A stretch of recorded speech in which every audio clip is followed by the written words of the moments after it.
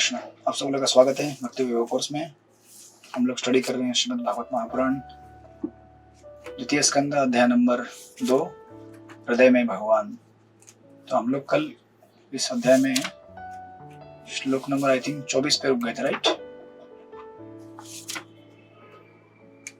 25 पे।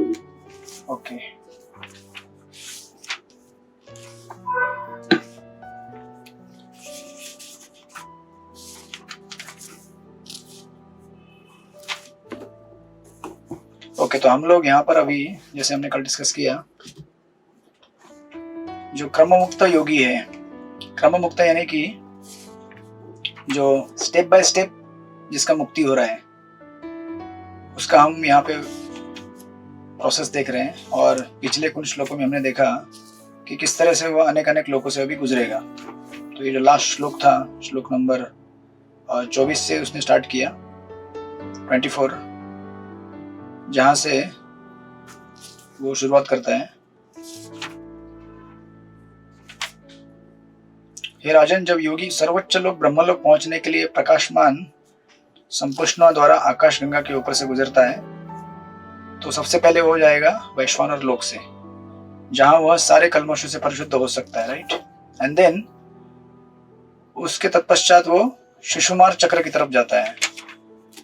और अगर आप इसको रेफरेंस देखेंगे पिछले या आगे के श्लोक में, श्लोक नंबर 25, यह शिशुमार चक्र संपूर्ण ब्रह्मांड के घूमने की किली है और यह विष्णु गर्भोदक्षाय विष्णु की नाभि कहलाती है। गर्भोदक्षाय विष्णु की नाभि, इसका मतलब है कि जब आप विश्व रूप का वर्णन देखेंगे, विराट रूप का, विराट रूप में अनेक अनेक प्लैनेट्स को भगवान के अनेक अनेक अंग बताए गए थे, राइट? तो जब भगवान का नाभि मतलब विश्व रूप का चित्र आप अगर आपके सामने रखेंगे, उस विश्व रूप में जो नाभि है वो शिशुमार चक्र है, वो उसका लोकेशन है। तो दैट्स द अंडरस्टैंडिंग यहाँ पे। और जब इस श्लोक में स्पेशली ये शब्द यहाँ पे दिया गया है, केवल योगी ही इस शिशुमार चक्र को पार करता है।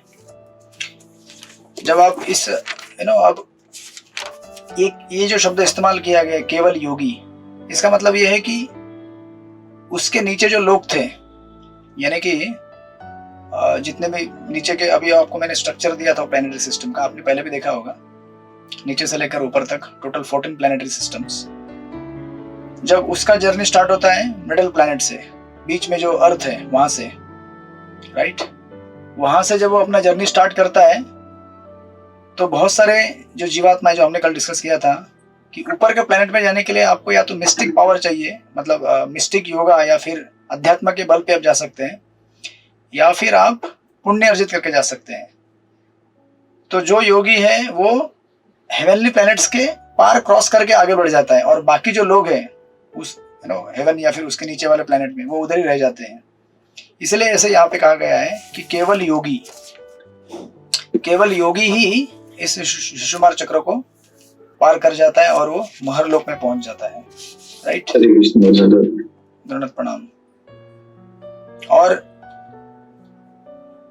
या एंड देन शिशुमार चक्र में पहुंचने के बाद, जैसे यहाँ पे कहा गया है, शिशुमार चक्र में जहां पर भृगु जैसे परिशुद्ध हो चुके महर्षि 4th ईयर 100 वर्षों की आयु भोगते हैं, राइट? यह लोग उन संतों द्वारा भी पूजित हैं जो अध्यात्म पद को प्राप्त होते हैं। ये ऑलमोस्ट, ये जो लाइफ टाइम यहाँ पे दिया गया है, ब्रह्मा जी का लाइफ क्या है, 3 ट्रिलियन 40 बिलियन ईयर है, राइट? तो ये भी मतलब बेसिकली स्वर्ग लोक के ऊपर जितने भी लोक हैं, महरलोक, जनलोक, तपलोक और फाइनली सत्यलोक, इन लोकों में आयु सेम रहता है जैसे ब्रह्मा जी के जीवन का आयु, ऑलमोस्ट उसके हिसाब से। तो उतने लंबे ड्यूरेशन के लिए अभी ये या तो वहां पे रहेगा या फिर वहां से आगे बढ़ेगा, राइट? और जैसे अभी आगे के श्लोक में कहा जाएगा कि ये जो महरलोक है, इसके एग्जैक्टली नीचे कौन सा लोक है? स्वर्गलोक है। जब ये व्यक्ति स्वर्गलोक, महरलोक में पहुंच जाता है, तो जब 2 प्रकार के आपने प्रलय सुने होंगे, एक प्रलय ब्रह्मा जी के दिन के अंत में होता है, उस समय जो नीचे के प्लैनेट्स है इंक्लूडिंग अर्थ प्लैनेट्स, मतलब बेसिकली लोअर और मिडल ये दोनों डिवेस्टेड हो जाते हैं ब्रह्मा जी के दिन के अंत में। इसका रेफरेंस भी अगर आपको चाहिए तो 3.32.4 में मिलेगा आपको, तीसरे स्कंद के 32वें अध्याय के चौथे श्लोक में 3.32.4। दो प्रकार के प्रलयों का वर्णन लिखा वहां पे दिया गया है, वो हम बाद में देख सकते हैं। तो एक प्रलय होता है ब्रह्मा जी के दिन के अंत में, जिसका परिणाम जो पाताल लोक से लेकर स्वर्ग लोक तक जितने भी लोग हैं सारे लोग इनंडेट हो जाते हैं, बेसिकली डिसॉल्व हो जाते हैं। और फिर जब ब्रह्मा जी रात भर विश्राम करने के बाद दूसरे दिन जब उठते हैं, दूसरे दिन पुनः फिर उसका क्रिएशन स्टार्ट हो जाता है उन लोगों का। ये हो गया पहला प्रकार का डिसोल्यूशन या फिर प्रलय। दूसरा जो प्रलय है वो ब्रह्मा जी के जीवन के अंत में होता है। ब्रह्मा जी के जो 100 साल है, बेसिकली 3,40,000,000,000 ईयर्स जो यहाँ पे कैलकुलेशन आगे दिया जाएगा, इतने साल समाप्त होने के बाद जब ब्रह्मा जी अल्टीमेटली है ना, अभी वो ब्रह्मा जी अगर भक्ति कर रहे हैं तो लिबरेट हो जाएंगे, और नहीं कर रहे हैं तो फिर उनको कोई अलग डेस्टिनेशन मिलेगा एज पर उनके एक्टिविटीज के हिसाब से। जब उनका जीवन समाप्त हो जाता है तब पूरे विश्व का प्रलय हो जाता है। अभी आप अगर पूरा कॉस्मिक मैनिफेस्टेशन देखेंगे, पूरा विश्व नहीं बोलेंगे उसको, मटेरियल वर्ल्ड, भौतिक जगत, उस भौतिक जगत में अनेक अनेक ब्रह्मांड है, राइट। एक ब्रह्मांड मतलब जिसको हम लोग इंग्लिश में कहते हैं यूनिवर्स, करेक्ट। आप सब लोगों को समझ में आ रहा है जो बोल रहा हूँ कि नहीं समझ में आ रहा है? आध्यात्मिक जगत और भौतिक जगत, दो जगत है, राइट, बराबर है। आध्यात्मिक जगत में जिस प्रकार अनेक अनेक वैकुंठ लोक है, अनेक अनेक भगवान के अनेक अनेक अवतारों के, वैकुंठ में भगवान के अनेक अनेक नामों से विष्णु के अनेक अनेक अलग अलग वैकुंठ प्लैनेट्स हैं, राइट। जैसे भगवान नरसिंह का है, पार्थ सारथी करके एक प्लैनेट है भीष्मदेव का, ऐसे अनेक अनेक अनेक हैं। उसके बाद फिर उसमें हायरार्की है, ऑफ कोर्स स्पिरिचुअल वर्ल्ड में अयोध्या है, द्वारका है, मथुरा है, उसके बाद फिर गोलोक वृंदावन है। गोलोक वृंदावन के अंदर फिर एक पार्ट मथुरा है, एक पार्ट नवदीप है और एक पार्ट गोलोक है। ऐसे ये स्पिरिचुअल वर्ल्ड हो गया। उसी प्रकार जो मटेरियल वर्ल्ड है, that is 3/4 25%, 75% is spiritual world, 25% is material world. ये भौतिक जगत में अनेक अनेक ब्रह्मांड है, अनेक अनेक यूनिवर्सेस हैं, कोटि कोटि। इन यूनिवर्स में से एक यूनिवर्स हम देख रहे हैं अभी, एक ब्रह्मांड के बारे में देख रहे हैं। जो स्ट्रक्चर मैंने आपको भेजा ना, वो एक ब्रह्मांड का स्ट्रक्चर है, जो ग्रुप में फोटो भेजा है ना। तो उस एक ब्रह्मांड के अंदर जब ब्रह्मा जी का 100 साल में से ब्रह्मा जी के एक दिन का जब एंड होता है, तो पाताल से लेकर स्वर्गलोक तक के लोगों का प्रलय होता है। फिर ब्रह्मा जी दूसरे दिन उठते हैं, वापस पुनः सृष्टि की जाती है। और जब ब्रह्मा जी के पूरे 100 साल पूरे हो जाते हैं तो पूरा विश्व का प्रलय हो जाता है, पूरा विश्व इनंडेट हो जाता है। यहाँ तक आपको समझ में आया?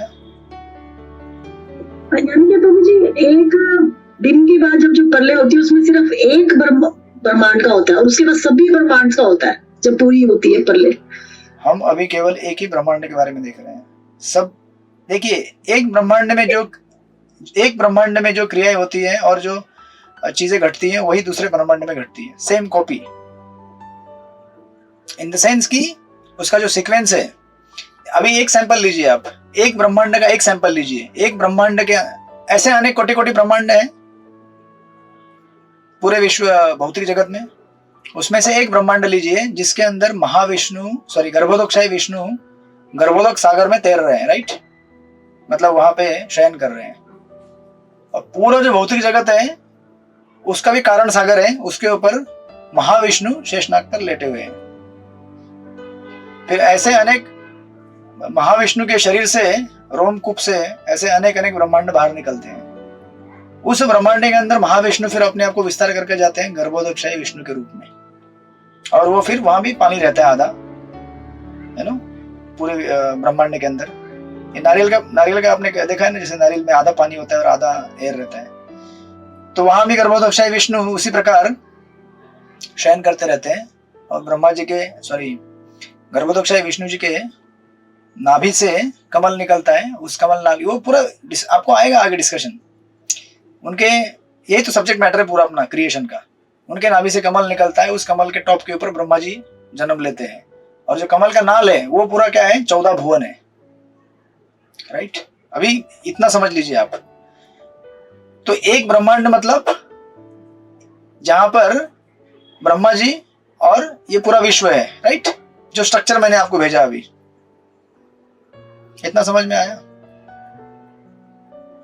कि नहीं समझ में आया? अभी भी नहीं समझ में आया? अब इमेजिन कीजिए, इस रूम के अंदर बहुत सारे छोटे छोटे फुटबॉल है। इस रूम के अंदर 100 फुटबॉल है, ठीक है। ये एक रूम जो है जहां पे मैं बैठा हूं अभी, चौकोन रूम है ये, आप देख लीजिए, ठीक है। इसके ये भौतिक जगत हो गया पूरा ये, ठीक है। इसके अंदर 100 फुटबॉल है, उसमें से एक फुटबॉल आप उठाइए और उस एक फुटबॉल का स्टडी कीजिए, राइट। तो वो हम कर रहे हैं अभी। तो इस जैसे अगर इसको भौतिक जगत माने, इस भौतिक जगत के अंदर 100 ब्रह्मांड है, उसमें से एक ब्रह्मांड हमने लिया, उस एक ब्रह्मांड के अंदर ये 14 भुवन दिए गए हैं, ये रचना इस ब्रह्मांड की, जिस हम ब्रह्मांड में रह रहे हैं अभी। ब्रह्मांड मतलब एक ये विश्व हमारा, ऐसे अनेक अनेक विश्व हैं। इतना तो आपको समझ में आया? ये नहीं आया? अभी भी आया ना? तो उसमें से एक ब्रह्मांड के अंदर ये 14 भुवन है, राइट। पाताल से लेकर सत्यलोक तक जो स्ट्रक्चर मैंने आपको भेजा, आप देख लीजिए बाद में। फिर इस ब्रह्मांड में जो ब्रह्मा जी हैं, जो सत्यलोक में रहते हैं, उनके जीवन का आयु टोटल है 100 साल, और 100 साल जीते हैं पूरा। तो जब ये तो 100 साल हो गया, लेकिन जब ब्रह्मा जी का एक दिन बीतता है ना, एक दिन मतलब ऐसा 1 2 3 ऐसे 365, फिर 1 साल हो गया, फिर 2 साल हो गया, 3 4 5 ऐसे 100 साल जब गुजरते हैं तो ब्रह्मा जी का पूरा आयु पूरा हो जाता है। लेकिन जब ब्रह्मा जी का एक दिन खत्म होता है, ब्रह्मा जी रात को विश्राम करने जाते हैं, बराबर। तो विश्राम करने जाते हैं तो उस समय पाताल से लेकर स्वर्ग तक जितने भी प्लैनेट है उन सब का प्रलय आ जाता है उसमें।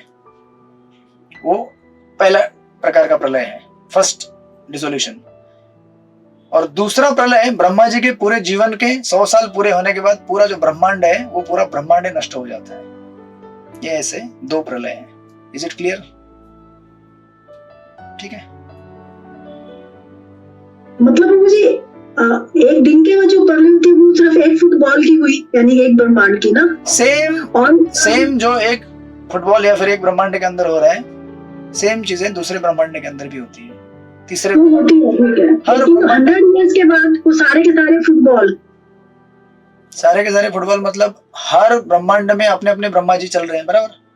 ब्रह्मा जी एक ही नहीं है, ब्रह्मा जी हर ब्रह्मांड के अंदर एक एक ब्रह्मा जी है उस ब्रह्मांड को चलाने के लिए। एक एक ब्रह्मा विष्णु शिव उनके अवतार, मतलब पूरा जो यहाँ पे सेटअप है वही सेम फैक्ट्री का सेटअप दूसरे ब्रह्मांड के अंदर है, तीसरे ब्रह्मांड के अंदर है, अनेक अनेक ब्रह्मांडों के अंदर है। उसके अंदर अनेक अनेक जीव हमारे जैसे हैं जो ट्राई करते रहते हैं कि अभी सृष्टि निर्माण होगी तो मैं भोग करूंगा, एंजॉय करूंगा, देखते हैं कैसा होता है, दिन आज का गुजरता है, फिर जमता नहीं, अनेक अनेक उपाधि के साथ जीते हैं। फिर जो आज हम इस ब्रह्मांड में देख रहे हैं एग्जैक्ट सेम हर जगह चलते रहेगा, राइट। तो अभी यहाँ पे ये कहा गया है, मैं क्या कह रहा था यहाँ पे, हाँ, तो ये जो योगी है जो श्लोक नंबर 25 में बताया गया है, राइट, वो कहां पहुंच गया? शिशुमार लोक को क्रॉस कर महरलोक में पहुंच गया। महरलोक में पहुंचने के बाद एक घटना होती है। क्या घटना होती है? वो दिया है श्लोक नंबर 26 में, पढ़िए। सृष्टिपति प्रभु पढ़िए श्लोक नंबर 26। हरे कृष्णा प्रभु जी, दंडवत प्रणाम। अथो अनन्तस्य मुखानलेन नन्दयमानं स निरीक्ष विश्वं निर्याति सिद्धेश्वरयुष्टधिष्ण्यं यद्वै परार्थ्यं तदुपारमेष्ठ्यं। संपूर्ण ब्रह्मांड के अंतिम संहार के समय अर्थात ब्रह्मा जी के जीवन के अंत में अनंत के मुख से ब्रह्मांड के नीचे से अग्नि की ज्वाला फूट निकलती है। योगी ब्रह्मांड के समस्त लोगों को भस्म होकर क्षार होते हुए देखता है और वो शुद्धात्माओं द्वारा प्रयुक्त होने वाले वायुयानों के द्वारा सत्यलोक के लिए प्रस्थान करता है। Yes. सत्यलोक में जीवन की अवधि 2 परार्ध अर्थात 15,480 करोड़ सौर वर्ष आंकी जाती है। हरे कृष्णा प्रभु जी, दंडवत प्रणाम। हरे कृष्णा। तो अभी क्या होता है कि जब ये योगी शिशुमार लोक को क्रॉस करके जब महर लोक में पहुंच गया है, महर लोक में रहते हुए, अभी महर लोक का आयु कितना है, ब्रह्मा जी के जीवन के आयु उतना ही जीवन है उसका भी, राइट। जब वहां पे वो रहता है तो उस समय नीचे जब प्रलय चालू हो जाता है, अभी इसको 2 एंगल में कहा गया है। जब मैं, क्योंकि थोड़ा टेक्निकल मैटर में जब सुन रहा था बलराम शक्ति प्रभु के लेक्चर्स, तो यहाँ पे ऐसा दिया गया है कि ब्रह्मांड के अंत में, सॉरी ब्रह्मा जी के जीवन के अंत में जो संपूर्ण ब्रह्मांड का प्रलय होता है, राइट, जो मैंने अभी कहा आपको, it appears like that from here. जब मैं वो, क्योंकि नरेशन जब हम सुनते हैं उसके अनेक अनेक एंगल से व्यूज रहते हैं, व्यू पॉइंट्स रहते हैं। प्रभुपाद ने इस एंगल से यहाँ पे दिया है, बट आई थिंक बलराम शक्ति प्रभु ने मे भी दूसरे आचार्य की कमेंट रेफर की होगी, विश्वनाथ चक्रवर्ती ठाकुर या किसी दूसरे आचार्य की। उनके एंगल से ऐसा लग रहा है कि ये ब्रह्मा जी के दिन के अंत का प्रलय है, राइट। ब्रह्मा जी के दिन के अंत का प्रलय। तो क्या होता है कि जब ब्रह्मा जी के, चाहे ब्रह्मा जी के दिन का एंड का प्रलय हो या फिर पूरे ब्रह्मा जी के जीवन काल के अंत के बाद का प्रलय हो, अगर वो प्रलय महर लोक में बैठा हुआ है और नीचे का लोक कौन सा है, स्वर्ग लोक, नीचे जब आग लग जाती है, फायर ऑफ डिवास्टेशन, वो पूरा डिस्क्रिप्शन 3rd कैंटो में आएगा आपको कि कैसे कैसे अंतिम पूरा विनाश होता है सृष्टि का। पहले कड़क धूप, तेज धूप होती है, फिर मतलब इतनी धूप होगी एकदम कई वर्षों तक, फिर कई वर्षों तक जल वृष्टि होती है जिसमें पूरा सब कुछ सागर संसार डूब जाता है। ये पूरा विस्तार से आएगा आपको वर्णन। बट यहाँ पे अगर आप देखेंगे कि ये मतलब कैसा है ना, 1st floor, 2nd floor, 3rd floor, 5th, 6th, 7th, 8th, 9th ऐसा। ये अभी अगर आप इसको पकड़ेंगे, अगर आप इसको नीचे से भी अगर आप जाएंगे तो आई थिंक मिडल में हमारा आता है अर्थ, राइट, लगभग 8 या 8 नंबर पे। उसके बाद का ऊपर का जो है स्वर्गलोक 9 नंबर का है, राइट। या फिर आप ऐसा एक मल्टी स्टोरी बिल्डिंग देख लीजिए। समझो अगर मैं 10th फ्लोर में हूं और नीचे 9th फ्लोर में आग लग गया, कहीं लगा नहीं आग, समझो लग गया। 9th फ्लोर में अगर आग लग गया तो उसका तकलीफ 10th फ्लोर वाले को होगा ना, होगा कि नहीं। मतलब आग की लपटे और उसका उष्णता वो 10th फ्लोर वाले को भी महसूस होगा। अभी आप बोलेंगे ठीक है चलो, ये कैसा है कि ये बिल्डिंग को ऐसा एक से एक जुड़ा हुआ नहीं है, बीच में गैप है। अगर ऐसा भी आप पकड़ लें तो समझो 9th फ्लोर और 10th फ्लोर दोनों के बीच में गैप है, आग डायरेक्ट ऊपर जा नहीं सकती, लेकिन नीचे आग जल रही तो उसका उष्मा तो आएगा ना ऊपर। तो ये जो बेचारा योगी जो है, बेचारा नहीं एडवांस योगी है ये योगी क्या कर रहा है, अरे बाप रे नीचे आग लग गया, ये महर लोक का जो, सॉरी नीचे के स्वर्ग लोक में जो आग लग गया उसका जो उष्णता है उसको क्या करता है, देख सकता है ऊपर से, और देखने के बाद उसका उष्मा भी इसको सहन, मतलब उष्मा भी जो हीट आता है उसको भी एक्सपीरियंस कर सकता है। जब उसको ये हीट लगता है और देखता है कि नीचे से आग लगते ऊपर आ रहा है तो ये तुरंत डिसाइड करता है कि अभी बहुत हो गया, यहाँ पे रहना नहीं है, आगे बढ़ना है, राइट। तो वो आगे निकलती, इसलिए जैसे इस श्लोक में कहा गया है कि जब इस प्रकार जब वो नीचे देखता है कि नीचे के लोग क्या हो रहे हैं, भस्म होकर राख हो रहे हैं, तो वह शुद्धात्माओं द्वारा प्रयुक्त होने वाले वायुयान, यानी कि प्लेन रहेगा, जो भी वहां पर अरेंजमेंट रहेगा महरलोक में, उस प्लेन में बैठता है और बीच में किसी भी प्लैनेट में नहीं जाएगा, है ना। जनलोक, तपलोक, सीधा सत्यलोक में चला जाता है वो उस यान में बैठकर, राइट। और फिर आपको प्रभुपाद पर्पट में उसका एलाबोरेशन देते हैं कि किस प्रकार आधुनिक विज्ञान और भौतिक विज्ञान ये भी क्या करते हैं, हमें बताते हैं अंतरिक्ष यानों के बारे में, राइट। और बेसिकली लोग क्या है, पूर्व जमाने में कहते हैं कि कोई प्लेन वगैरह था नहीं या फिर प्लेन है नहीं, लेकिन जब ये सटल साइंस है लोग स्टडी करेंगे सूक्ष्म स्तर पे, तो सूक्ष्म स्तर पे ऐसी बहुत सारी, स्वर्गलोक में प्लेन होते हैं तो फिर महरलोक जनलोक की क्या बात कहें, राइट। प्लेन इन स्वर्गलोक का, तो प्रभुपाद उसको एलाबोरेट कर रहे हैं, है ना, आप उसको पढ़ लीजिएगा बाद में, राइट। एंड देन ये ऑफ कोर्स इस पर्पट के लास्ट में 2-3 लाइनें प्रभुपाद लिखते हैं, सुंदर लिख, प्रभुपाद कहते हैं किंतु समझने की वैदिक विधि अधिक प्रामाणिक है, राइट, क्योंकि उसने आचार्यों को स्वीकार किया है जो न केवल श्रद्धालु एवं विद्वान व्यक्ति है अपितु मुक्त व्यक्ति भी है। मतलब क्या है कि आधुनिक विज्ञान और भौतिक विज्ञान, वैदिक काल का हमारा विज्ञान और आधुनिक विज्ञान, ये दोनों ही क्या कहते हैं कि प्लेन शिफ्ट्स है, राइट। तो आप बोलेंगे ठीक है प्लेन है या फिर दूसरे ग्रहों में जीवन है या जीवन की संभावना है, दोनों का अपना अपना वर्जन है ना। तो अभी आप बोलेंगे कि मॉडर्न साइंस ने भी प्रूव नहीं किया है और वैदिक विधानों द्वारा भी हम प्रूव नहीं कर सकते ऐसे डायरेक्टली, तो किसके ऊपर विश्वास रखा जाए। तो प्रभुपाद कहते हैं कि it's better to have faith on the Vedic version, क्योंकि ये वैदिक वर्जन किसने दिया हुआ है, ऐसे लोगों ने दिया हुआ है जो 4 त्रुटियों से मुक्त है, 4 प्रकार के दोषों से मुक्त है, राइट, और जो तपस्वी है, प्रामाणिक है। अगर हम इनका सुनेंगे तो हम वहां जाएंगे तो वास्तविक ये चीज हमको दिखेगा, मिलेगा। जबकि हमारे साइंटिस्ट बोलेंगे चलो आपको चांद पे लेके जाता हूँ, बिठाएंगे आपको प्लेन में, अंटार्कटिका में लेके जाएंगे अंटार्कटिका में जाके झंडा गाड़ेंगे, बोलेंगे देखो हम पहुंच गए चांद के ऊपर, बहुत ठंडी है यहाँ पे, बहुत बर्फ है। बोले अंटार्कटिका में जो मून लैंडिंग हुआ था पहले, ऐसा तो किया वो लोगों ने, कहा तो किधर उबड़ खाबड़ जगह में लेके गए, बोले ये देखो चंद्रमा है यहाँ पे, चंद्रमा में आ गए। अभी चंद्रमा तो हेवनली प्लैनेट है, राइट, स्वर्गीय ग्रह है वो। स्वर्गीय ग्रह कैसे रहेगा ऐसे बिना, या फिर ये लोग गए तो जस्ट मतलब गए भी नहीं, वो लोग पॉसिबल ही नहीं है जाना वहां पे, बिना पुण्य कर्मों के आप कैसे जा सकते हैं, उसके उस स्पेस में एंट्री कर ही नहीं सकते, राइट। So like that. तो ये जो योगी है ये क्या करता है, यहाँ से सीधा सत्यलोक में पहुंच जाता है।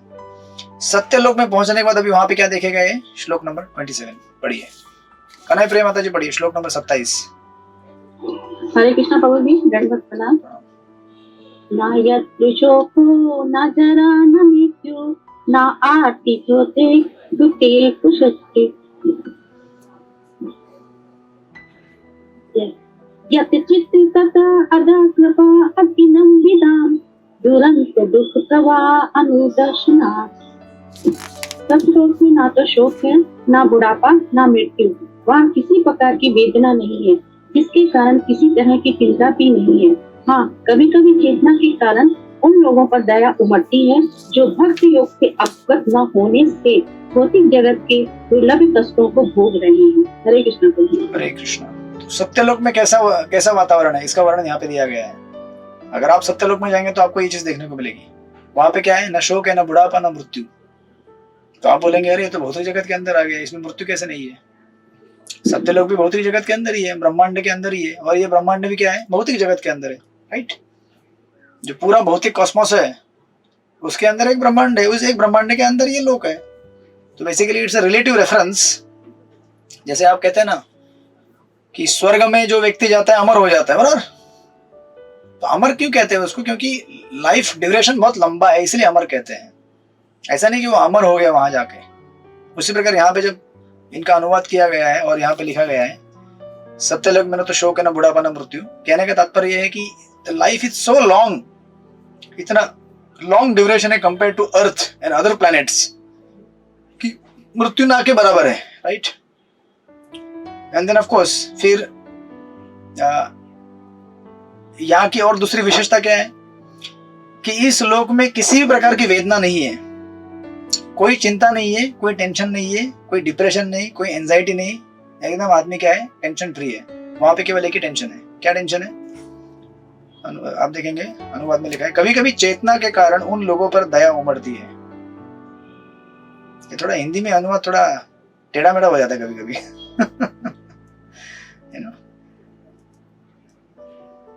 तो बेसिकली उसका इंग्लिश में पढ़ेंगे तो एकदम स्ट्रेट फॉरवर्ड मीनिंग है।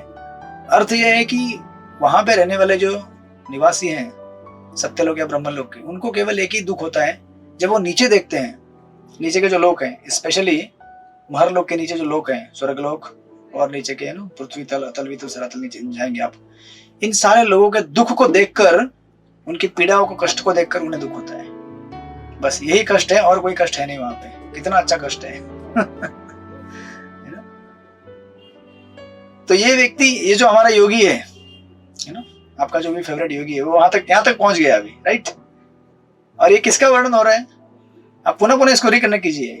3 प्रकार के योगियों का हमने वर्णन किया है। जो डायरेक्ट परमात्मा के ऊपर, देखिए अगर साधना ठीक से नहीं किया तो क्या हो सकता है, कितना प्रवास करना पड़ेगा आपको। अभी ये तो शुरुआत है उसकी, अभी देखिए आगे क्या होता है यहाँ से आगे जाने के बाद।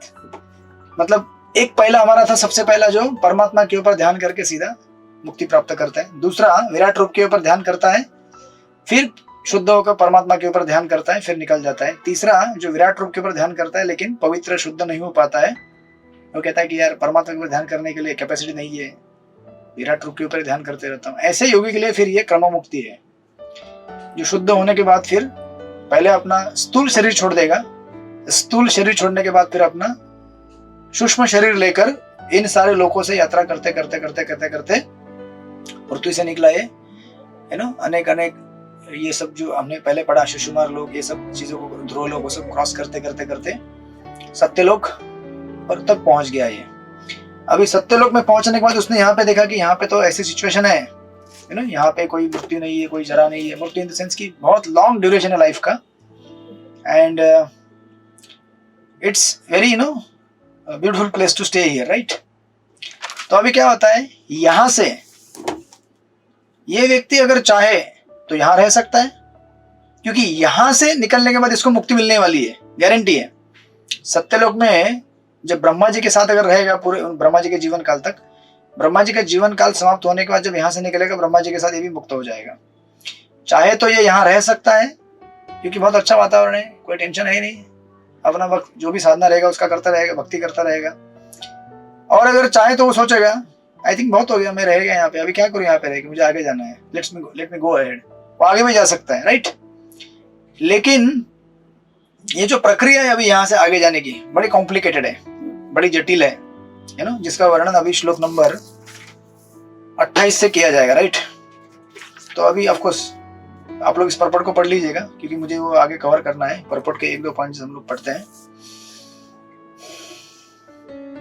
प्रभुपाद यहाँ पर लास्ट के लाइन में, लास्ट के 3-4 लाइन में प्रभुपाद लिखते हैं,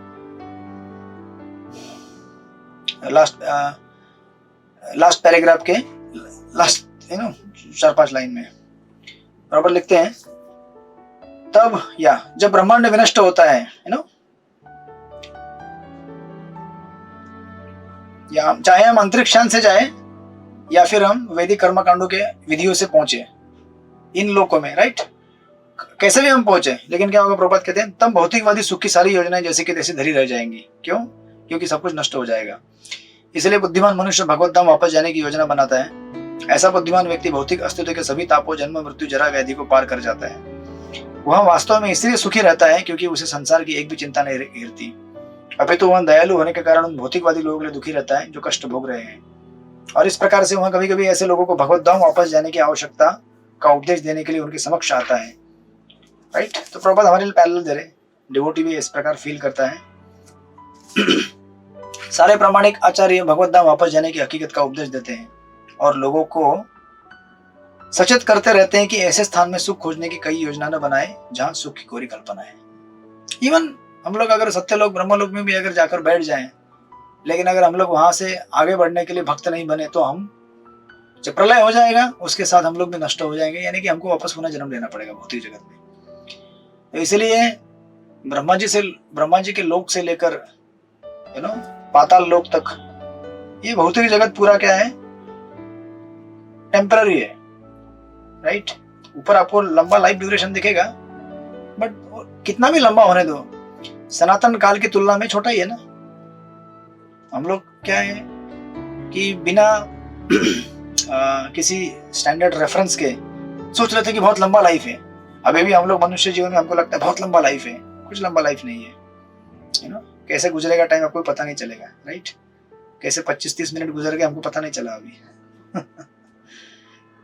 आई होप आप लोगों को समझ में आ रहा है हम लोग क्या डिस्कस कर रहे हैं। सिंपल है, योगी है, यात्रा पे निकला है ना। हम लोग जैसे यात्रा पे निकलते हैं मुंबई से वृंदावन, तो मुंबई से वृंदावन जाते जाते, मुंबई से वृंदावन जाने के पहले हमको शुद्ध होना पड़ेगा, अपने विचार शुद्ध करने पड़ेंगे, भाव शुद्ध करना पड़ेगा, राइट। तब वृंदावन में एंट्री होती है।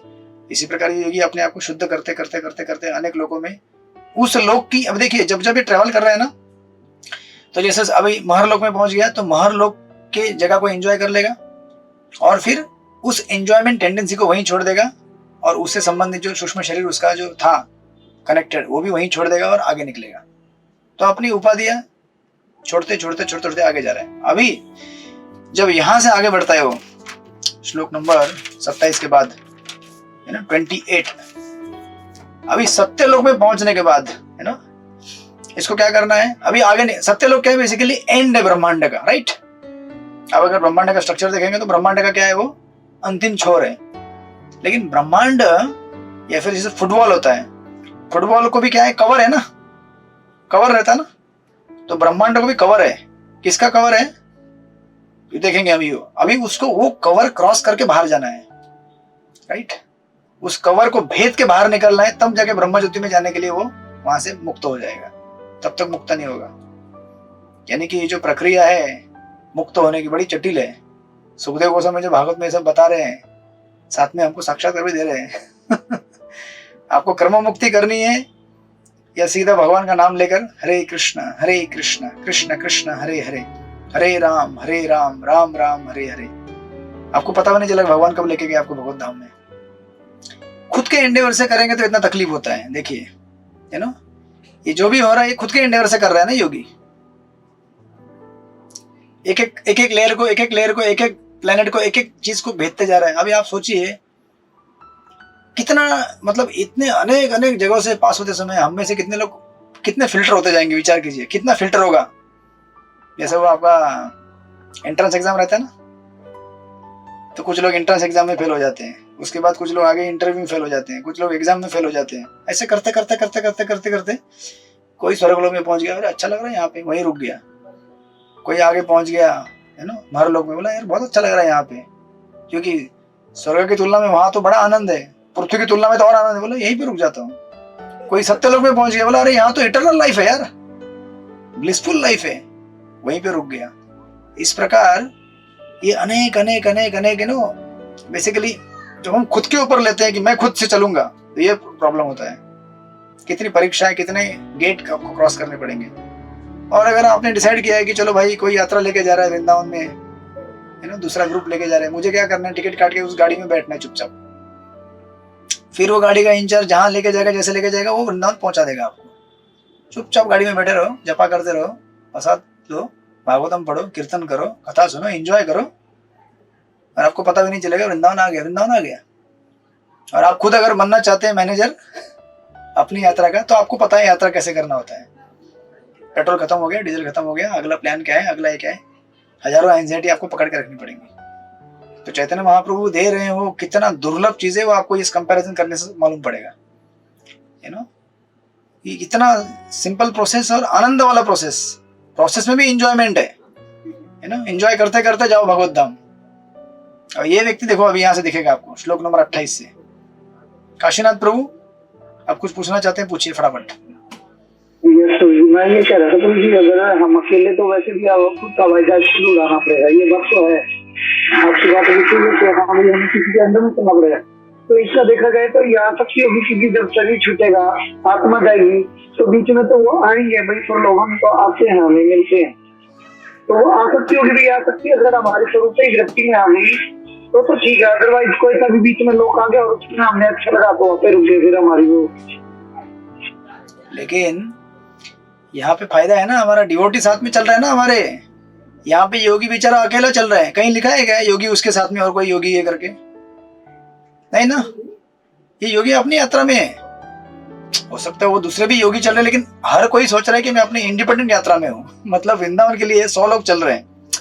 अभी वृंदावन जाते समय आपको दिखते हैं ना कि कितने सारे लोग यात्रा में आते हैं। मथुरा स्टेशन में कितने लोग उतरते हैं, लेकिन जब मथुरा स्टेशन में लोग उतरते हैं तो अगर कोई अपना अपना ग्रुप रहेगा या फिर सिंगल रहेगा तो अपना अपना ही देखता है ना, दूसरे को नहीं देखता है वो। अभी समझो मैं अगर यहाँ से ग्रुप लेके गया भक्ति वैभव का, और सेम भक्ति वैभव दूसरा कोई ग्रुप जा रहा होगा, मैं उस ग्रुप में नहीं देखूंगा जाकर, वो अपना ग्रुप मैनेज करना जा रहा है, मैं अपना ग्रुप मैनेज कर रहा हूँ, निकल रहा हूँ। भले हजारों लोग एकत्रित हुए वहां पे, लगेगा कि हजारों लोग जा रहे हैं वृंदावन के अंदर, लेकिन हर कोई अपना अपना इंडिपेंडेंट यात्रा पे निकला हुआ है। और ये तो ग्रुप है हमारा, लेकिन ये योगी क्या है, सिंगल है, अकेला है वो। एक योगी हो सकता है लाखों योगी वहां पे चल रहे हो, लेकिन हर कोई योगी सोच रहा है मैं अपना, और उसने ऐसा ही लिया है ना, हर कोई योगी अपना इंडिपेंडेंट ही चल रहा है वो।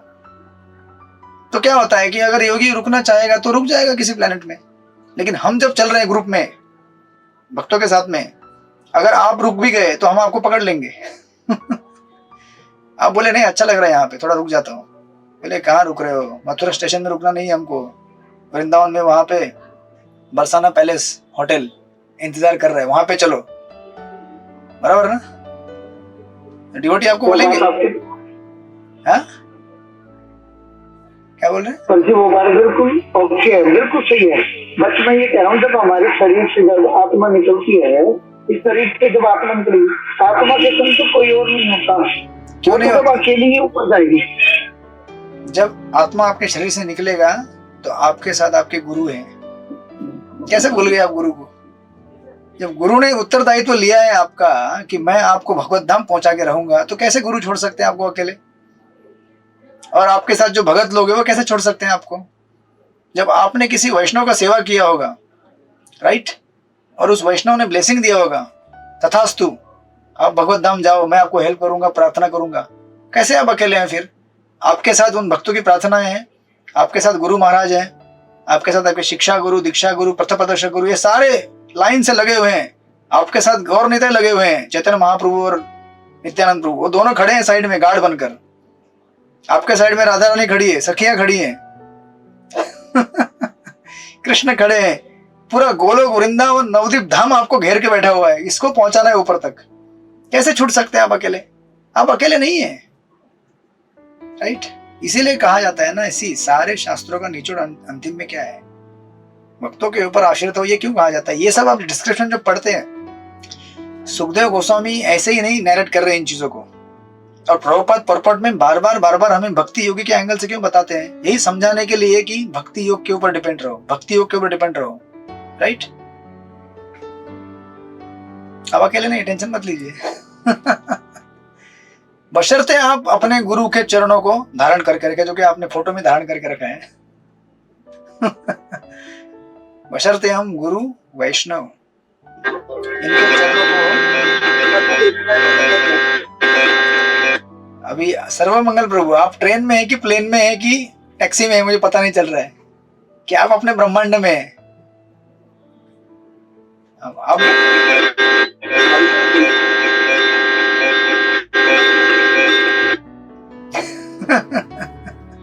ठीक है, आपकी आवाज नहीं आ रही है, आप है ना, पता नहीं क्यों आपका ब्रह्मांड थोड़ा अलग है हमारे बाकी ब्रह्मांडों से, तो साउंड मिक्सिंग हो रहे हैं। ठीक है, आप प्रश्न पूछ लीजिएगा बाद में, but this is the way.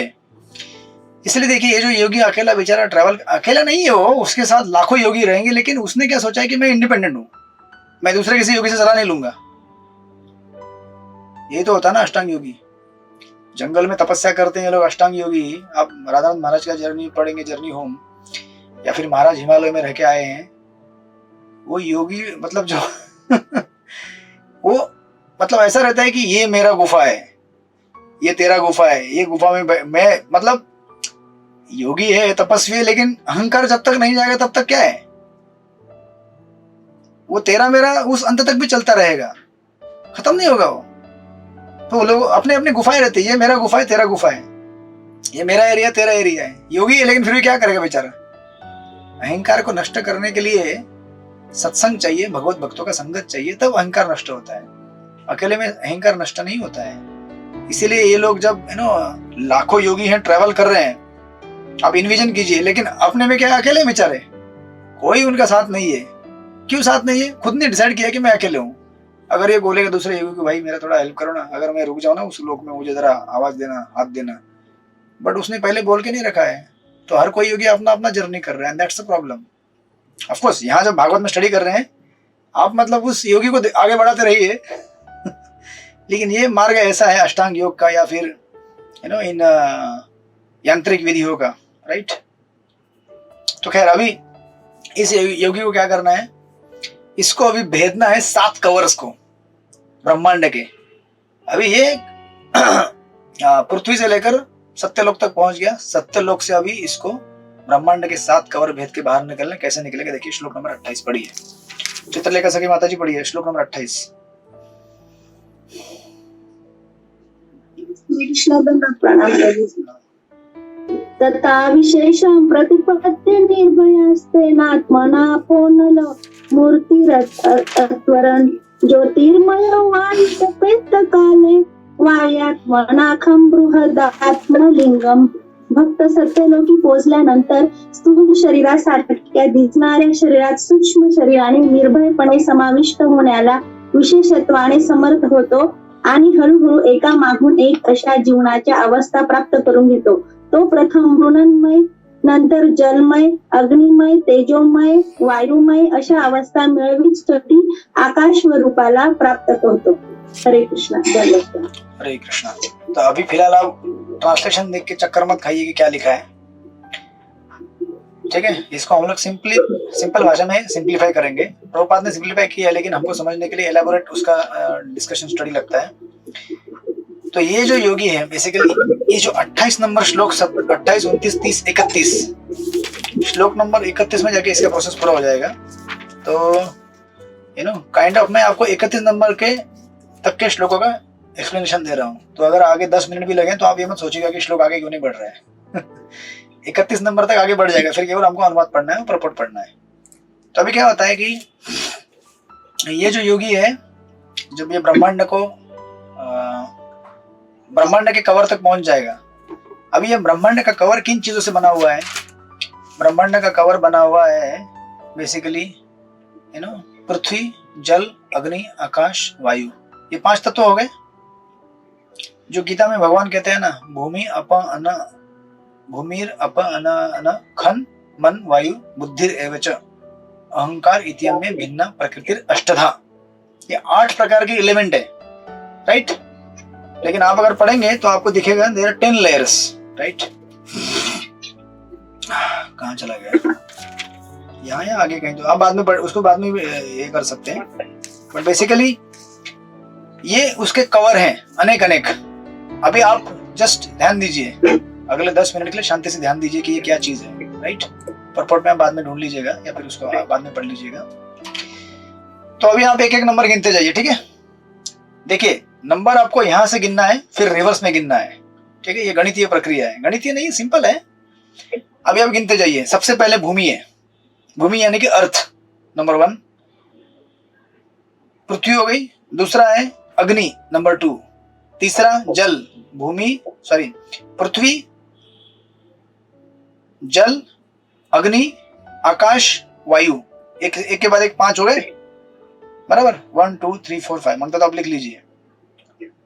पृथ्वी, जल, अग्नि, आकाश, वायु, ठीक है. ये 5 हो गए लाइन से सीरीज, पृथ्वी, जल, अग्नि, आकाश, वायु. उसके बाद क्या आ गया? बुद्धि, 6ठा नंबर का. 7वां नंबर का आ गया अहंकार. आ गए यहां तक आप? अर्थ, वाटर, फायर, एयर, ईथर. ओ सॉरी, माइंड बीच में छोड़ गया मैं. माइंड पंच महाभूतों के बाद माइंड आता है या माइंड. पृथ्वी, जल, अग्नि, आकाश, वायु, बीच में फिर मन आएगा. That is 6th one. 7वां बुद्धि हो गया. 8वां अहंकार हो गया, बराबर. ये तो गीता में कहा गया है 8 तत्व. ये 8 लेयर हो गए. उसके बाद आता है 9 नंबर महत तत्व. उसके बाद आता है 10 नंबर प्रधान. ऐसा नहीं छोड़ी माता जी, लिख लीजिए, गणित है. सिंपल है, कोई कॉम्प्लिकेशन नहीं है, एकदम आसान है पढ़ने के लिए, समझने के लिए. It's not difficult.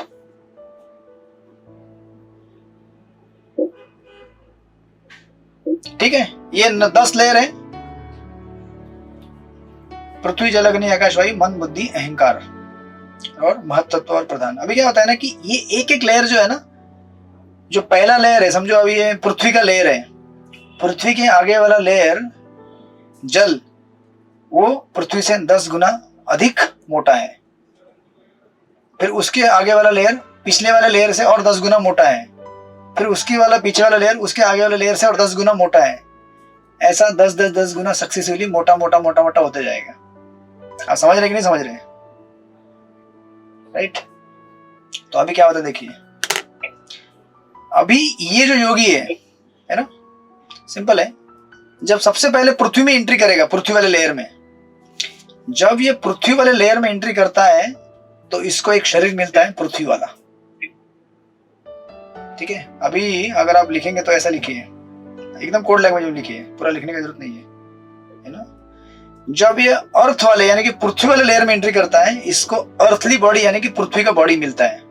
ठीक है, जब पृथ्वी का बॉडी मिलता है तो वो पृथ्वी का बॉडी किससे संबंधित है? स्मेल से, राइट, सेंस ऑफ स्मेल। तो वो अच्छी तरह से स्मेल करता है। हाँ, जितने भी चीजें स्मेल करने की इसकी इच्छा थी उन सारी चीजों को स्मेल कर लेता है वो, स्मेल से संबंधित। और जब इसको लगता है कि हो गया, मैंने बहुत इसको एंजॉय कर लिया, स्मेल ले लिया, उसके बाद फिर वो पृथ्वी को पीछे छोड़ देगा और साथ में जो स्मेल है, सुगंध, उस तत्व को पीछे छोड़ देगा और आगे वाले लेयर में जाएगा, नेक्स्ट वाटर वाले लेयर में। अभी वापस रिकैप करता हूं मैं, अभी गणित मत देखिए, सिंपल भाषा में यहाँ पे देखिए।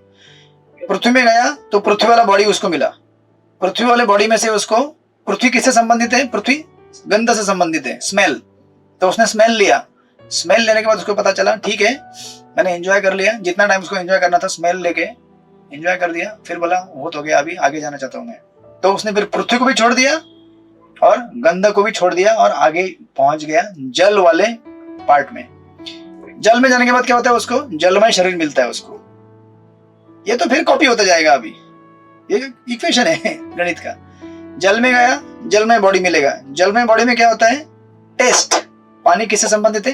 टेस्ट से। आपको खाली ऐसा लिखना है अभी, जल, जलमय बॉडी, टेस्ट। पृथ्वी, पृथ्वी में शरीर, गंध। लिख लिया आपने? तो जब जल में शरीर में पहुंचेगा वहां भी थोड़ा एंजॉय करेगा, बोलेगा हाँ ये शरीर ऐसा है, टेस्ट करेगा चीजों को, फिर बोलेगा बहुत हो गया, अभी आगे जाना चाहता हूँ, राइट। फिर पहुंचेगा अग्नि में, फिर अग्नि में गया तो क्या हो जाएगा? उसको अग्नि रूप शरीर मिलेगा। अग्नि किससे संबंधित है? Sense of form. फॉर्म समझते हैं आप? रूप। अग्नि से रूप का मैनिफेस्टेशन होता है। वो ज्यादा आपको नहीं समझ में आया तो भी आप ऐसा समझ लीजिए, अभी यहाँ पे जैसे पृथ्वी से स्मेल आता है ना, और पानी से टेस्ट आता है, वैसे अग्नि से रूप का आप फॉर्म अनुभव कर सकते हैं किसी भी चीज का। तो उसको जल में शरीर मिलता, सॉरी अग्नि में शरीर मिलता है, and then he experiences sense of form, रूप का। हाँ ठीक है, देख लिया, एंजॉय कर लिया, बहुत हो गया, आगे बढ़ना है। फिर वो पहुंच जाता है वायु में। वायु में पहुंचने के बाद उसको वायु में शरीर मिलता है। वायु में शरीर मिलने के बाद वायु किससे संबंधित है? सेंस ऑफ टच, स्पर्श से संबंधित है। फिर स्पर्श कर लेता है, एंजॉय कर लेता है स्पर्श का, बोलता है बहुत हो गया, आगे बढ़ना है। आगे जाता है ईथर में। ईथर किससे संबंधित है? Basically ether is connected to sound, right. उसको ईथरली बॉडी वहां पे मिलता है। ईथरली बॉडी के साथ वो फिर साउंड को एक्सपीरियंस करता है, बोलता है बहुत हो गया, अभी आगे बढ़ना है। समझ गए आप लोग कि नहीं समझे? अभी आपको खाली एक एक शब्द में बताता हूं, अगर आपको लिखना है तो वापस लिख लीजिए, छूट गया होगा तो।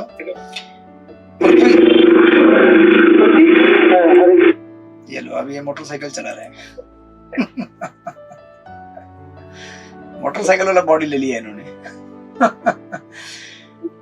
सबसे पहले क्या है? पृथ्वी।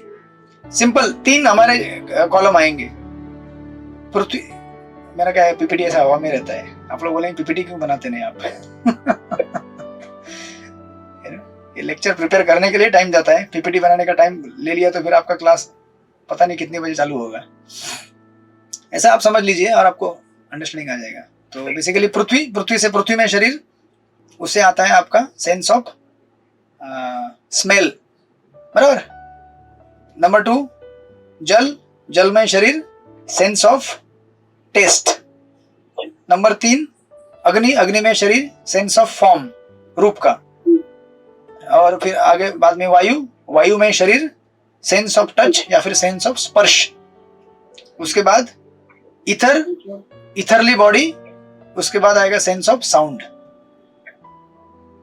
क्लियर सबको? लिख लिया सब लोगों ने? नहीं प्रभु जी, वापस रिपीट कीजिए। अभी वापस रिपीट करेंगे जिन्होंने लिखा हुआ है। कौन रिपीट करना चाहेगा? हाँ, हरिप्राण प्रभु आप रिपीट कीजिए। हाँ, पृथ्वी वाला जो लेयर जाता शरीर मिलता है वो सुगंधित कंद रहता है। सबसे वाला भी सुगंध स्मेल। सेकंड आएगा, देखा मैडम माता जी? हेलो हरिकृष्ण। हाँ मैडम मत बोलो, लिखा, पिताजी लिखा। बोलो। लिखा प्रभु जी। टेस्ट, सेंस ऑफ टेस्ट जल से, और अग्नि से सेंस ऑफ रूप, रूप ना प्रभु जी। में स्पर्श, वायु स्पर्श, हाँ, ठीक है। वायु स्पर्श। ये पांचवा प्रभु जी पांचवा जो बताया वो कौन सा बताया आपने? Ether ether sound sound ether से सेंस ऑफ साउंड आता है, इथर से, इथर इथर इथर। नहीं वो उसमें मन है कि आकाश है, बुद्धि है, कौन सा है? आकाश आकाश। बोलते हैं, इधर ही आकाश ना, आकाश हाँ, आकाश। आकाश से ध्वनि। हाँ साउंड। ध्वनि। लिख लिया प्रभु जी, धन्यवाद।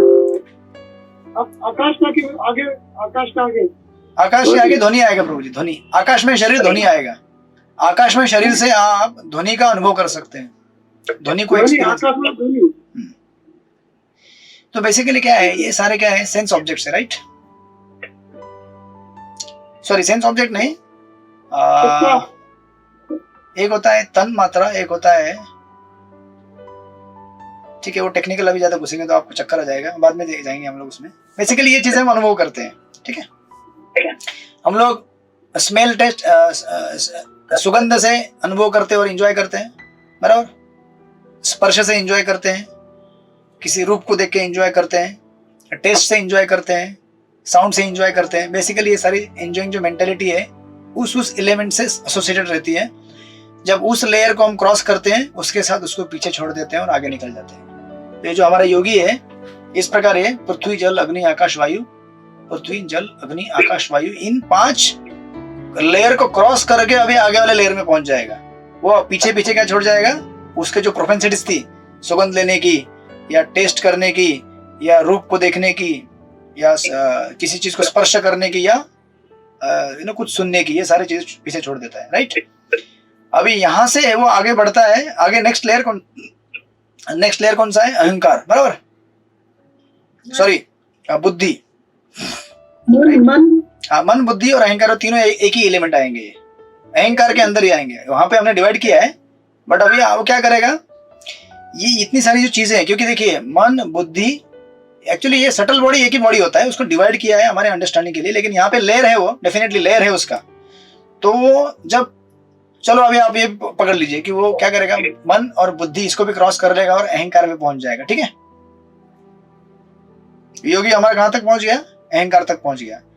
अभी अहंकार में पहुंचने के बाद क्या होता है, अहंकार में पहुंचने के बाद अभी आप लिख लीजिए इसको, अभी लिखना ही पड़ेगा आपको। ये आपने पहले भी लिखा था बट जस्ट एक शॉर्ट में लिख लीजिए। ये जो चीजें हैं ये कहां से उत्पन्न होती है, कौन सी चीजें जो योगी के साथ है जिसको उसे छोड़ना है? तो सबसे पहले आएगा नंबर 1 पे, लिख लीजिए आप, सटल सेंसेस, यानी कि सूक्ष्म इंद्रियां। सटल सेंसेस, सूक्ष्म इंद्रियां आती है रजोगुणी अहंकार से। सटल सूक्ष्म इंद्रियां आती है रजोगुणी अहंकार से, नंबर 1। नंबर 2, मन आता है सत्वगुणी अहंकार से, मन आता है सत्वगुणी अहंकार से। नंबर 3, बुद्धि और प्राण आता है रजोगुणी अहंकार से, बुद्धि और प्राण आता है रजोगुणी अहंकार से। और चौथा हो गया, यहां तक लिख के रिपीट करता हूं वापस। सूक्ष्म इंद्रिय आती है रजोगुणी अहंकार से, मन आता है सत्वगुणी अहंकार से, इंद्रिय और प्राण आता है रजोगुणी अहंकार से। हो गया? अभी हमने बेसिकली रजोगुण सत्वगुण कवर कर लिया, अभी बचा कौन सा? तमोगुण। तो तमोगुण से क्या निकलता है? स्थूल इंद्रिया, जो स्थूल इंद्रिया है ना, ग्रॉस सेंसेस, स्थूल इंद्रिया निकलती है रजोगुणी तमोगुणी अहंकार से। स्थूल इंद्रिय जो होती है रजोगुणी अहंकार तमोगुणी अहंकार से निकलती है। आप सबको समझ में आता है ना? ग्रॉस सेंसेस और सटल सेंसेस, स्थूल इंद्रिय और सूक्ष्म इंद्रिय सबको समझ में आता है, जो हमने पिछली बार देखा था। जैसे हमारी आंख है, ये हमारी ग्रॉस इंद्रिय है, राइट? लेकिन आंख के अंदर क्या है और उसका सूक्ष्म स्वरूप है, सटल लेवल पर, राइट? चक्षु कहते हैं उसको, राइट? कान को कर्ण कहते हैं, लेकिन घ्राणम वो क्या है, उसका सूक्ष्म इंद्रिय है जो देवताओं द्वारा नियंत्रित किया जाता है, बराबर। तो ये सब चीजें उसने ली थी इस भौतिक ब्रह्मांड से, राइट। आपने देखा क्या क्या लिया था उसने, ये 5 पंचमहाभूत अपने ऊपर ले लिए थे, उसने अपने बुद्धि ले लिया था, मन ले लिया था, और ये अहंकार भी ले लिया था। लेकिन ये मन, बुद्धि और अहंकार, उसके साथ साथ उसने क्या किया था, ये यहाँ पे जो नीचे लिखा गया, आपने जो लिखा अभी, सूक्ष्म इंद्रिया, उसके बाद उसका मन और बुद्धि, इसलिए मैंने तीनों को एक क्लब किया वहां पे, क्योंकि ये अहंकार अनेक जो प्रकृति के जो 3 गुण है, अहंकार जब 3 अलग अलग गुणों में विभाजित हो जाता है तो उसमें से आइटम बाहर निकलते हैं। तो सत्वगुणी अहंकार से क्या निकलेगा, बुद्धि निकलेगा, सॉरी मन निकलेगा। रजोगुणी अहंकार से बुद्धि और प्राण निकलता है। तमोगुणी अहंकार से स्थूल इंद्रिय निकलती है, और रजोगुणी अहंकार से सूक्ष्म इंद्रिय निकलती है। समझ में आया चित्रलेखा सखी माता जी, समझ में आया आपको? इस प्रकार अभी देखिए ये जो योगी है, इसने क्या किया है, इसको क्या करना है बेचारे को अभी चैंटिंग नहीं किया तो ऐसा होता है, देखिए आप, इसलिए चैंटिंग करना है, हरे कृष्ण कृष्ण कृष्ण हरे हरे, हरे राम राम राम हरे हरे। तो वो भी चैंटिंग कर रहा है ना, ऐसा नहीं, उसने भी किया है, लेकिन बेचारा क्या सोच रहा है, मुझे ब्रह्म ज्योति में जाना है, अपनी प्रक्रिया से जाना है, मतलब शास्त्रीय प्रक्रिया है, लेकिन सोच रहा है कि मैं प्रयास करके जाऊंगा। तो ये सब करना पड़ेगा उसको, कठिन प्रयास करना पड़ेगा। तो अभी क्या हो रहा है, वो पृथ्वी, जल, अग्नि, आकाश, वायु, इन सारे लेयर को भेद के उसके साथ एसोसिएटेड जो एंजॉयमेंट है और वो आइटम है, जो एलिमेंट, पीछे पीछे छोड़ता जा रहा है, बराबर ना हरिपारायण प्रभु। उसने पृथ्वी छोड़ दिया, अग्नि, जल, आकाश, वायु सब छोड़ दिया पीछे, उसके साथ संबंधित जो इंद्रिय तृप्ति की इच्छाएं थी, स्पर्श करने की, सुगंध करने की, वो सारी पीछे छोड़ दी। अभी ये बेचारा बुद्धि में आ गया, तो बुद्धि से भी आ सकते हैं, तो अभी उसको बुद्धि भी छोड़नी है। और बुद्धि कहां से निर्मित हुई है, अहंकार, जो रजोगुण में, जब अहंकार बेसिकली क्या है, प्रकृति के 3 गुण है, राइट, सत्वगुण, रजोगुण, तमोगुण। जब अहंकार के अंदर रजोगुण का मिश्रण आ जाता है, तब उससे उत्पन्न होता है चित्रलेखा सखी माता जी, आपको समझ में नहीं आया? समझ रहे। हाँ, सिंपल है। बेसिकली इसने ये सब सारी उपाधियां ली थी, ये उपाधियां भी उसको पीछे छोड़नी है। तो ये जो कॉम्बिनेशन है, अहंकार in the mode of passion, वहां से बुद्धि निर्माण हो गई, बुद्धि एक अलग सा आइटम क्रिएट हो गया और प्राण तैयार हो गया। और जब अहंकार सत्वगुण में आता है तो मन क्रिएट हो गया। जब अहंकार रजोगुण में आता है तो उससे सूक्ष्म इंद्रिय निर्माण हो गई। और जब अहंकार जब तमोगुण से अटैच हो जाता है या कंबाइन होता है तो उसमें से स्थूल इंद्रिय बाहर आ गई। अभी इस योगी को इस महत तत्व में आकर, अहंकार में आकर इस लेयर में जब आएगा, या फिर मन, बुद्धि, अहंकार तीनों को क्रॉस करेगा, तो इन सब आइटम को पीछे पीछे पीछे छोड़ते जाना है। बुद्धि को पीछे छोड़ना है, मन को पीछे छोड़ना है, फाइनली अहंकार को। अभी अहंकार क्यों हमने डायरेक्ट बोला, मैं डायरेक्ट अहंकार इसलिए बोला क्योंकि अहंकार को जब तक नहीं छोड़ेगा तब तक बुद्धि और मन छूटेगा नहीं, क्योंकि वो उससे उत्पन्न हुआ है, बराबर। इसीलिए डायरेक्ट अहंकार में घुस गया वो। मतलब यहाँ पे लाइन से हम देखते जाएंगे तो मन बुद्धि है, लेकिन जब तक अहंकार में नहीं जाएगा और अहंकार को नहीं छोड़ेगा तब तक मन बुद्धि छूटने वाला है नहीं। इसलिए हमारा सबसे बड़ा शत्रु क्या है, अहंकार है। हम मन के दुष्प्रभाव से तब तक मुक्त नहीं हो सकते जब तक हम अहंकार को दूर ना करें, क्योंकि अहंकार, मन का पिता कौन है, अहंकार है। बुद्धि का पिता कौन है, अहंकार है। इसलिए चैतन्य महाप्रभु क्या कहते हैं, तृणादपि सुनीचेन तरोरपि सहिष्णुना अमानिना मानदेन कीर्तिन सदाहरि। जब आप नम्र हो जाएंगे तो अपने आप ये तथाकथित बुद्धि, तथाकथित मन, ये शांत हो जाएंगे, आपको परेशान नहीं करेंगे जब आप नम्र हो जाएंगे। इसलिए महाप्रभु ने ये नहीं कहा कि पहले मन को शांत करो, हालांकि उन्होंने कहा चेतो दर्पण मार्जनम, बट मेन द प्रिंसिपल जो बार बार रिपीट किया जाता है, महाराज भी कई बार कहते हैं, that is the crux essence of the all verses Shishtashtakam में, ये है वो, राइट। जब अहंकार दूर होगा अपने आप शांत हो जाएंगे। तो अभी इसको समझने के लिए एक सुंदर एग्जांपल लेते हैं, जो बलराम शक्ति प्रभु ने एक सुंदर उदाहरण दिया उन्होंने। इस उदाहरण के साथ आपको पूरा क्लियर हो जाएगा आगे आने वाले 4 वर्ष जो भी है। अभी इस उदाहरण को समझ लीजिए, कैसा उदाहरण है देखिए। ये एक मिनट, सबसे पहले ओके, कुछ लोग चल भी हो जाते हैं बीच बीच में। आप समझिए, एक उदाहरण लीजिए। एक ऐसा व्यक्ति है जिसको उसको क्या कहते हैं, फाउंड्री कहते हैं, या फिर आप कहेंगे कि मेटल कास्टिंग। एक फैक्ट्री है, इस एक फैक्ट्री में ऐसे अनेक अनेक, जैसे ग्लास है, ये ग्लास है राइट, ये ग्लास बनता है फैक्ट्री में बनता है ना, उसका मेटल को जो लोहा रहेगा उसको क्या करेंगे वो लोग, मेल्ट करेंगे, मेल्ट करके उसको कास्टिंग करेंगे, कास्टिंग करके ये शेप बनता है ग्लास का, बराबर। तो समझो अगर कल को है ना निकलते हम भक्ति वैभव वाले सारे स्टूडेंट, कहाँ पे निकलते हैं, एक फैक्ट्री को विजिट करने के लिए, मेटल कास्टिंग वाला, तो आपको सबसे पहले क्या लगेगा, रिकमेंडेशन लेटर लगेगा, किसका, अपनी संस्था इस्कॉन का, किसी का भी, बोलेंगे वो फैक्ट्री वाले को लेटर लिख के देंगे कि हमारे लोग विजिट करना चाहते हैं। क्यों विजिट करना चाहते हैं, हमको देखना है भगवान का डीटी कैसे बनता है, आप मेटल कास्टिंग करके कैसे बनाते हैं, पीतल के, कांसे के, गौर की डीटीज या फिर लड्डू गोपाल कैसे बनाते देखना है हमको, बराबर।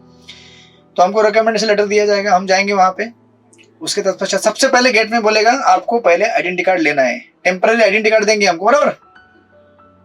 आप देखते जाइए, गेट नंबर 1, गेट नंबर 1 में आपको क्या दिया, टेम्पररी आइडेंटिटी कार्ड दिया गले में, आपके लग गया, आपके गले में उपाधि। अब गेट नंबर 1 के बाद बोलेगा अभी आगे जाओ, गेट नंबर 2 उधर है, आगे नेक्स्ट। ये जो व्यक्ति गेट नंबर 2 में जाएगा है ना, वो बोलेगा कि वर्कशॉप एरिया तो उधर है जहाँ पे कास्टिंग होता है, और आपने क्या पहना है, चप्पल पहना है, ये चप्पल नहीं चलेगा वहां पे बहुत गर्मी रहता है, आप चप्पल निकालो, बूट पहनो, आपको ऐसा बड़ा बड़ा बूट दिया जाता है ना, फायर इंसुलेशन वाला, बराबर। आपके पास कितनी चीजें जमा हो गई, 2 चीजें जमा हो गई, एक आपका क्या मिल गया, पहला क्या दिया आपको, आइडेंटिटी कार्ड, दूसरा क्या दिया, बूट पहना है। गेट नंबर 2 पे आपको 2 उपाधियां मिल चुकी हैं, आइडेंटिटी कार्ड और बूट।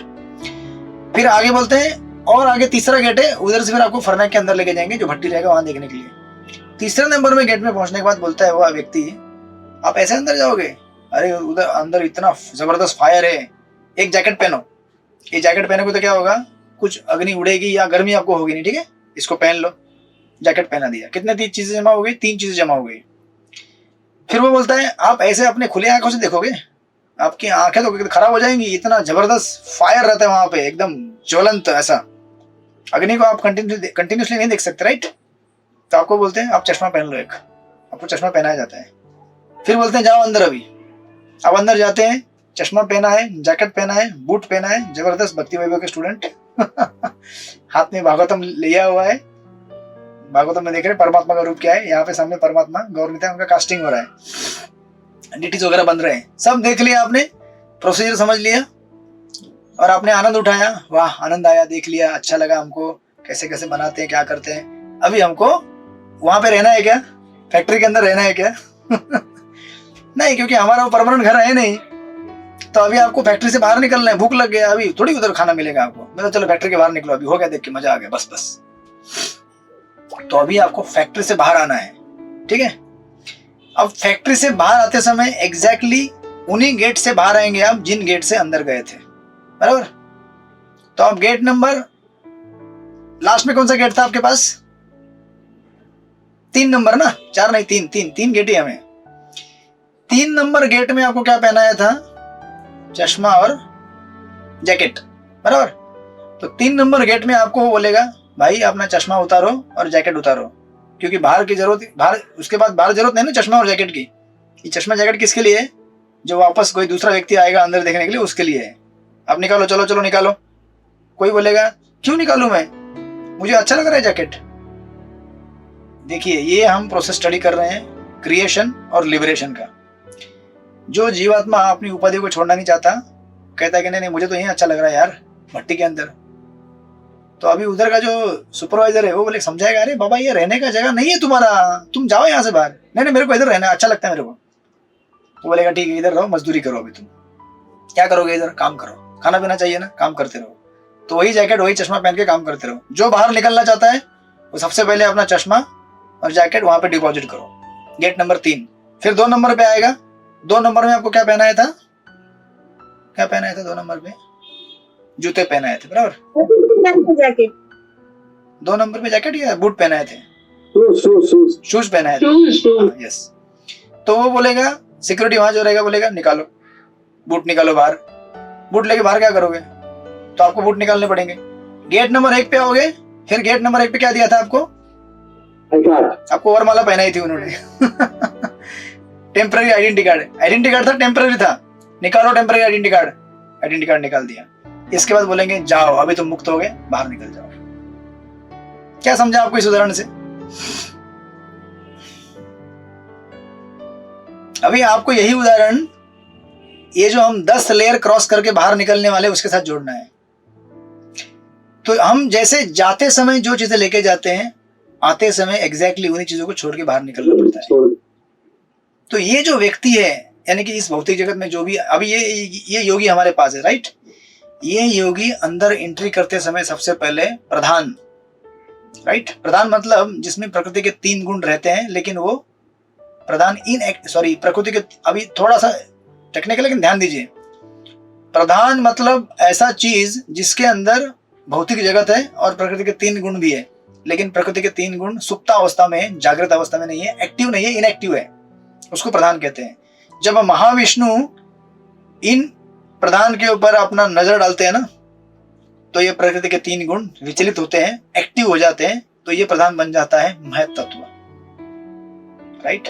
और ये जो महत तत्व है ये फाइनली कन्वर्ट होता है अहंकार में। जो आपने लिख के लिया है ना, आपने कहां तक लिखा था? अहंकार तक लिखा था। हाँ, अभी अहंकार के आगे लिख लीजिए महत तत्व, और महत तत्व के आगे लिख लीजिए प्रधान, राइट।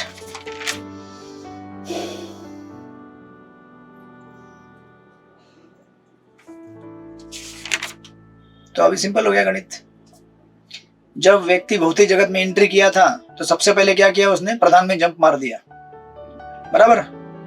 लेकिन प्रधान क्या है, वहां पे आपको कुछ मिलेगा नहीं, कपड़ा पहनने के लिए, कुछ पहनने के लिए। वहां पे अभी क्या है, सब कुछ इनएक्टिव मोड में। भगवान ने कहा आगे जाओ। प्रधान के आगे क्या है? महत तत्व है। महत तत्व में जब आता है व्यक्ति, वहां भी क्या है, देखिए, प्रधान मतलब प्रकृति के 3 गुण, और प्रधान जहां पे प्रकृति के 3 गुण इनएक्टिव मोड में है। जब भगवान अपनी ग्लांस डालते हैं महाविष्णु उस प्रधान के ऊपर, तो प्रकृति के 3 गुण विचलित हो जाते हैं और वही प्रधान बन जाता है महत तत्व। अब जीवात्मा क्या है, प्रधान से महत तत्व में गया। महत तत्व में क्या है, वही प्रधान है, लेकिन प्रकृति के 3 गुण एजिटेट हो गए। फिर वो जो एजिटेटेड महत तत्व है वो कन्वर्ट हो जाता है अहंकार में, जहां पर आपने विस्तार से अभी लिखा कि रजोगुणी अहंकार, तमोगुणी अहंकार, सत्वगुणी अहंकार। आपने लिखा ना अभी थोड़ी देर पहले, बराबर ना। रजोगुणी अहंकार से बुद्धि बाहर निकलेगी, सत्वगुणी अहंकार से क्या निकलेगा? मन निकलेगा। तमोगुणी अहंकार से स्थूल इंद्रिय निकलेंगी, रजोगुणी अहंकार से सूक्ष्म इंद्रिय निकलेंगी, बराबर। फिर उससे मन निकलेगा, बुद्धि निकलेगा, मतलब ये निकल गया। तो ये जो हमारा योगी है, इसने क्या किया, मतलब योगी नहीं था पहले वो, ये भौतिक जगत में आते समय जीवात्मा का जब पतन हुआ तो वो पहले प्रधान में गया, प्रधान से महत तत्व में गया, महत तत्व से अहंकार में आया, अहंकार से उसने मन बुद्धि ले लिया साथ में, और फिर उसके आगे उसको एक एक चीज मिलते गया, और वो है आपका पृथ्वी, जल, अग्नि, आकाश, वायु। एक एक चीज उसने ग्रहण करते गया। जो ब्रह्मांड में घुस रहे हैं ना वो, तो ब्रह्मांड में इस प्रकार घुसता है वो, रिवर्स ऑर्डर। जाते समय क्या करते जा रहे हैं वो? पृथ्वी, जल, अग्नि, आकाश, वायु। फिर उसके बाद मन बुद्धि अहंकार महत तत्व प्रधान, ऐसे छोड़ता जा रहा है ना बाहर। आते समय में exactly reverse order gate number 4 से स्टार्ट करेगा वो। समझे चित्रलेखा सखी माता जी? नहीं समझे तो लास्ट के गेट से पहले आता है जाते समय, मतलब आते समय, और जाते समय वो जो पहला गेट था वो लास्ट हो जाएगा उसके लिए। लास्ट का गेट पहला, मतलब आते समय का पहला गेट जाते समय लास्ट हो जाएगा, राइट। फिर इस व्यक्ति को इस तरह से आपने सारी उपाधियां एक एक जगह पे छोड़ने जानी पड़ती है। पृथ्वी में पृथ्वी छोड़ेगा, अग्नि में अग्नि, जल में जल, वायु में वायु, आकाश में आकाश, मन में मन, बुद्धि में बुद्धि, अहंकार में अहंकार, महत तत्व में महत तत्व, प्रधान में प्रधान, और फाइनली फिर वहां से उसका सूक्ष्म शरीर था जो साथ में लेके निकला था यहाँ से, वो क्रम मुक्ति करते समय वो फाइनली वहां से छूट गया और फिर अल्टीमेटली लिबरेट हो गया। ये है प्रक्रिया क्रम मुक्ति की। तो जो भक्त चैंटिंग नहीं करते उनको ये प्रक्रिया से जाना पड़ता है। इसीलिए कहते हैं बार बार जपा करो। जपा करोगे तो ये सब गणित भी देखना नहीं पड़ेगा, एक एक लेयर भी छोड़ना नहीं पड़ेगा। कहाँ कितनी जगह अटक सकते हैं देखिए जरा आप, कहीं भी अटक सकता है बेचारा। अरे यहां तो पहुंचने के लिए पहले वो कहां तक गया है? सत्यलोक में गया, उसके नीचे स्वर्गलोक, महरलोक में आया, उसके नीचे स्वर्गलोक में आया, और उसके नीचे पता नहीं कितने कितने एरियल मेंशन से गुजरते गुजरते गुजरते गुजरते, कितना खतरनाक, कितना भयंकर और कितना लंबा जर्नी है उसका, राइट। तो दैट्स व्हाई इस तरह से ये प्रक्रिया है। और ऑफ कोर्स आपके पास 2-3 मिनट रहेंगे तो और मैं ऐड करता हूँ, फिर उसको क्लोज कर देंगे, और 2-4 मिनट, क्योंकि कंक्लूडिंग सेक्शन है यहाँ पे। भले आगे के ट्रांसलेशन नहीं पढ़ेंगे, बाद में पढ़ लेंगे हम लोग अगले क्लास में ट्रांसलेशन वगैरह, बट क्या कोई ऐसा प्रश्न कर सकता है? देखिए अभी टेक्निकल चीज है, 1 मिनट जरा ध्यान दीजिए। हमने जब इसका डिस्क्रिप्शन सुना था, आपने क्या डिस्क्रिप्शन सुना था कि ये जो योगी है क्या करता है, अपने स्थूल शरीर को छोड़ देता है, बराबर, और सूक्ष्म शरीर के साथ यात्रा करता है। लेकिन यहाँ पे आप जब आएंगे, कहाँ पे, ये पृथ्वी जल अग्नि आकाश वायु, यहाँ पे वापस इसको अर्थली बॉडी मिल गया। आप बोलेंगे वापस कैसे मिल गया अर्थली बॉडी इसको? यानी कि ग्रॉस बॉडी मिल गया ना उसको, वापस पानी वाला शरीर मिल गया, बराबर, जो कि ग्रॉस एलिमेंट है, बराबर ना चित्रलेखा की माता जी? जबकि उसने पहले छोड़ दिया था, फिर वापस क्यों मिला उसको? पृथ्वी जल अग्नि आकाश वायु, ये सारे क्या है? स्थूल पदार्थ हैं, ये उसने ले लिए, क्यों उसको वापस मिले गए? उसका उत्तर देते समय कहते हैं कि एक्चुअली क्या है,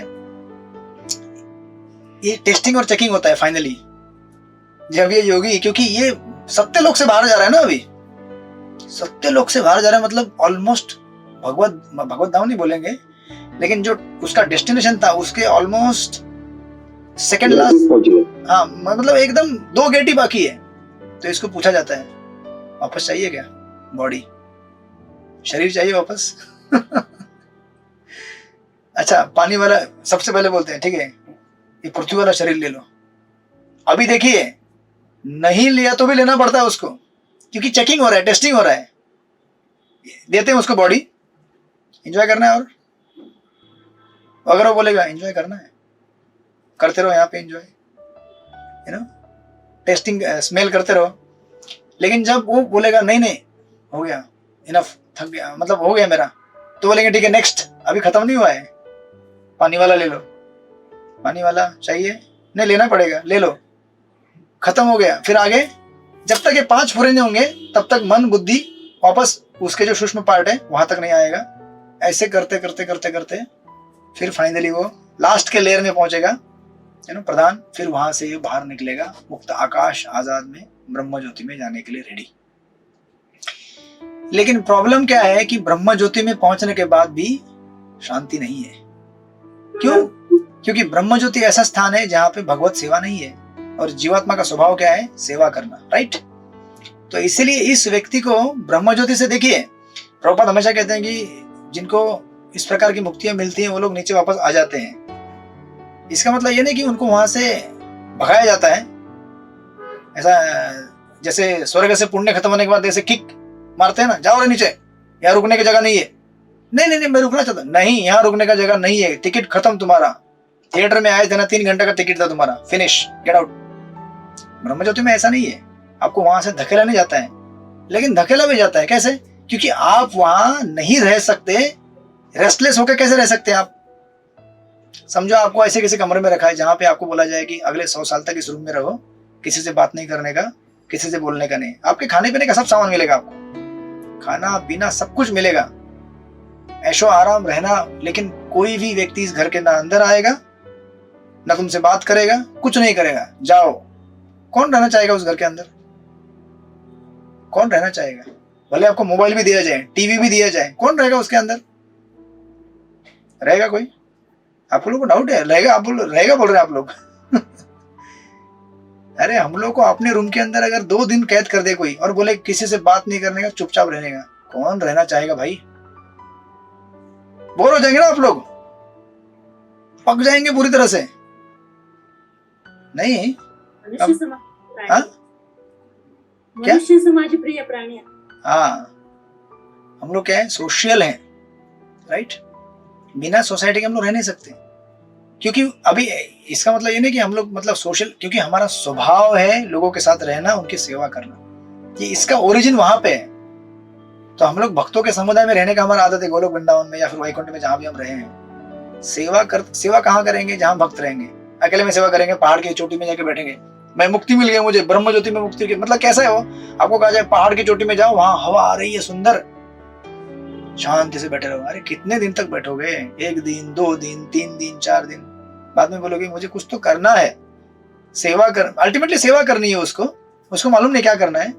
जो ब्रह्म ज्योति में जाता है वो अल्टीमेटली वहां नहीं रह पाता, वो नीचे आएगा ही, उसको वहां से धकेला नहीं जाएगा, लेकिन बेचारा नहीं रह पाएगा, आ जाएगा। That's the misfortune. तो ऑफकोर्स शास्त्रों में इस का वर्णन किया गया है कि ये इस प्रकार ये मुक्ति प्राप्त करते हैं। तो हम लोग इसको आगे कनेक्ट करेंगे, मतलब खाली ट्रांसलेशन पढ़ने हमको अगली बार पढ़ेंगे हम लोग। 28 नंबर 29, 30, 31 31 में वो मुक्त हो जाएगा, राइट। फिर 32 में सूर्यदेव गोस्वामी कहेंगे, जिसमें ट्रांसलेशन पढ़ देता हूँ। 32 नंबर श्लोक में, हे महाराज परीक्षित, आप इतना जान ले कि मैंने आपको आपकी समुचित जिज्ञासा के प्रति जो भी वर्णन किया है वह वेदों के कथन अनुसार है और वही सनातन सत्य है। इसे साक्षात भगवान कृष्ण ने ब्रह्मा से कहा था, क्योंकि वे ब्रह्मा द्वारा समुचित रूप से पूजे जाने से प्रसन्न हुए थे। Like that. तो वहां पे कंक्लूड कर देंगे। ट्रांसलेशन हम लोग बाद में पढ़ते हैं, और फिर किसी को कुछ डाउट रहेंगे तो उसको और क्लैरिफाई करेंगे। इस प्रकार हमारा योगी मुक्त हो जाएगा। हरे कृष्ण। हम भी मुक्त हो गए अभी। श्रील प्रभुपाद की जय, श्रीमद् भागवत महापुराण की जय। तो आप लोग पढ़ लीजिएगा, आप आगे वाले ट्रांसलेशन पढ़ लीजिएगा, परपोर्ट भी पढ़ लीजिएगा। कुछ आपको डाउट आएगा, क्वेश्चन आएगा तो लिख के रखिए, हम लोग क्लास में। हरे कृष्ण। बोलिए काशीनाथ। हाँ प्रदीप, मैं ये कह रहा हूँ, ये तो शिलाजीव गोस्वामी जी के सब संदर्भ में आता है ना, उसमें सारा में मैं समझा नहीं आप क्या बोले। जो आपने मेयर का बताया था ना, हाँ ये सारा संदर्भ के अंदर है मेरे ख्याल से, शिलाजीव गोस्वामी जी की। हाँ, वहां भी आएगा ना। जीव गोस्वामी के षट संदर्भ मतलब क्या है? भागवत के ऊपर कमेंट्री है ना। हाँ हाँ ठीक है, जिनको इन क्रम मुक्तियों से नहीं जाना है वो लोग अपना चुपचाप शांति से हरे कृष्णा कृष्ण कृष्ण हरे हरे, हरे राम राम हरे। शांति से जप कीजिए, महाप्रभु आपको उठाएंगे और पता भी नहीं चलेगा आप ये 7 लेयर क्रॉस करके कब पहुंच गए गोलोक में। ठीक है ना। वंचा कल्पतरुभ्यश्च कृपा सिंधुभ्यो च पतितानां पावनेभ्यो अनंत कोटि वैष्णव वृंद की जय, श्रील प्रभुपाद की जय। आपकी 3 अध्याय की परीक्षा बाकी है, आप लोग परीक्षा देते रहिए, यही हमारी परीक्षा है, हमारे साथ लेयर। तो हम लोग, आप मुझे वापस, माता जी ने भेजा था मैं भूल गया, वापस आप मुझे रिमाइंड कीजिए। ये 3 अध्याय के बचे हुए फर्स्ट कैंटो के क्वेश्चन मांग लीजिए, फिर एग्जाम कवर करके फटाफट सेकंड कैंटो और फिर उसके प्रेजेंटेशन फर्स्ट कैंटो का कवर कर लेंगे। ठीक है, हरे कृष्णा। मिलते हैं फिर अगले हफ्ते में। हरे कृष्णा।